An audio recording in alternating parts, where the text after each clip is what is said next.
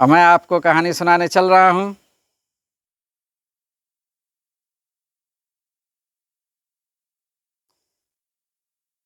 तो 4 मित्र थे, जिनमें से 3 तो परम विद्वान थे और एक व्यवहारिक था, उसको ज्ञान कम था। तो उन्होंने सोचा कि धन को कमाने के लिए हमें विदेश चलना चाहिए और उन्होंने विदेश चलने के लिए योजना बनाई।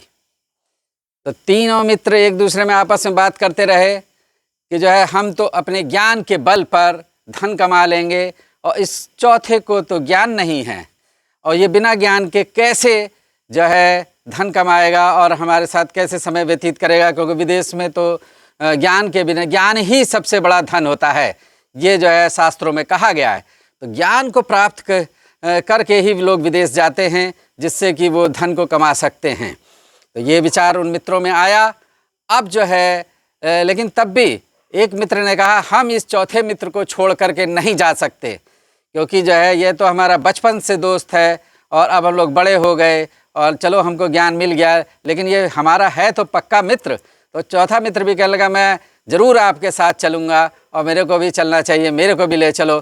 तो वो जो है चारों मित्र चल दिए और चारों मित्र जब चल दिए तो वो जंगल से गुजर रहे थे, तो वहाँ पर उन्हें एक हड्डियों का ढेर मिला।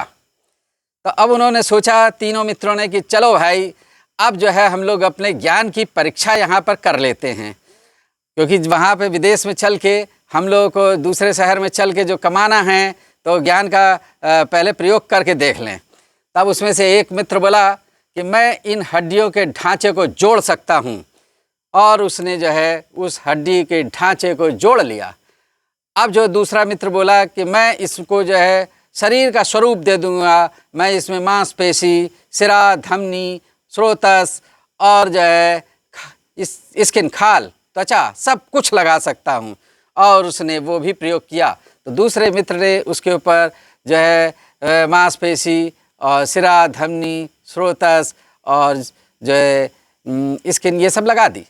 अब जो है तीसरा मित्र को थोड़ा सा ये हुआ कि भाई देखो ये तो सब दोनों अपने ज्ञान को प्रदर्शित कर चुके, तो उसने कहा मैं इसको प्राण दे सकता हूँ, इसमें चेतना प्रकट कर दूंगा।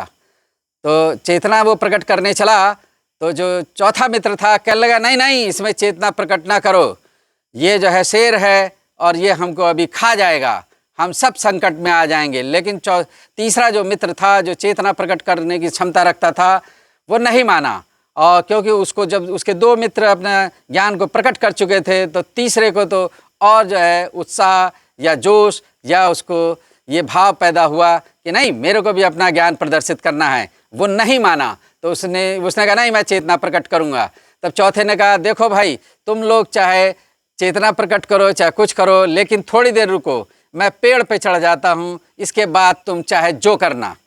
तो उसके बाद वो दौड़ता हुआ पेड़ पर चढ़ गया और तीसरे ने उसमें चेतना व्यक्त कर दी, और जैसे ही चेतना व्यक्त हुई तो वो शेर दहाड़ने लगा, और शेर दहाड़ करके और वो अपना जो है जीवित शेर बन गया, और उसने जो है उनका जो है एक एक करके भक्षण कर लिया। तो इस प्रकार तीनों मित्र मारे गए, और चौथा मित्र जब फिर शेर तीनों को खा चुका तो उसके बाद वो शेर जंगल में चला गया। तो अब जो है चौथा मित्र उतरा, और चौथा मित्र उतर के अपने घर पुनः लौट गया। और ये कहानी हमें क्या शिक्षा देती है बच्चों?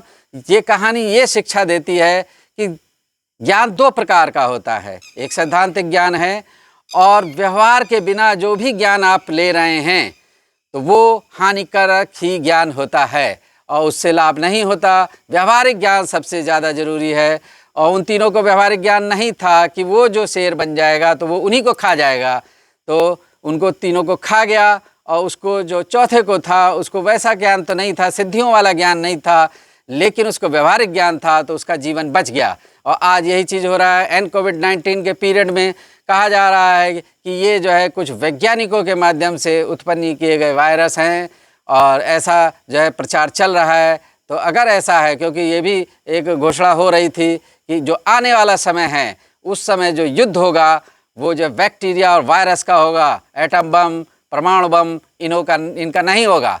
तो ये जो चीज़ आ रही है तो हो सकता है, संभावना है कि हम निश्चित रूप से नहीं कह सकते कि ये उसी की वजह से हो रहा है, किसी का षड्यंत्र है, लेकिन वैज्ञानिकों का और जो है विभिन्न जो है मीडिया के द्वारा यही आ रहा है कि कुछ कि एक विशेष देश के द्वारा ये जो है प्रायोजित है, तो जिससे कि सभी लोग कष्ट में हैं।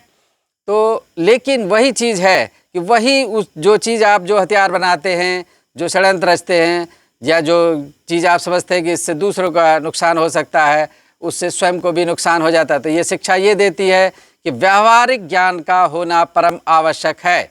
या तो वही चीज़ हम लोग के भी शास्त्र में है कि हमारे आयुर्वेदिक के आचार्यों ने, योग के आचार्यों ने ये कहा कि व्यावहारिक ज्ञान का होना आवश्यक है, और व्यावहारिक ज्ञान गुरु देते हैं। और इसीलिए गुरु पूर्णिमा में हम गुरु को जो है आदर देते हैं, श्रद्धा देते हैं और उनका आशीर्वाद लेते हैं।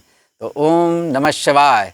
तो हम ये जो है काशी हिंदू विश्वविद्यालय से वाराणसी, जो कि ज्ञान की राजधानी है, वहाँ से ये जो है शूटिंग कर रहे हैं, और ये प्रसारण चल रहा है। और ये ज्ञान की नगरी है, और ज्ञान की जहाँ काशी, काशी का मतलब होता है कि जो है ज्ञान, जो ज्योति है, ज्ञान की ज्योति है, यहाँ प्रज्वलित होती है, और सभी यहाँ ज्ञान को प्राप्ति के लिए आते हैं।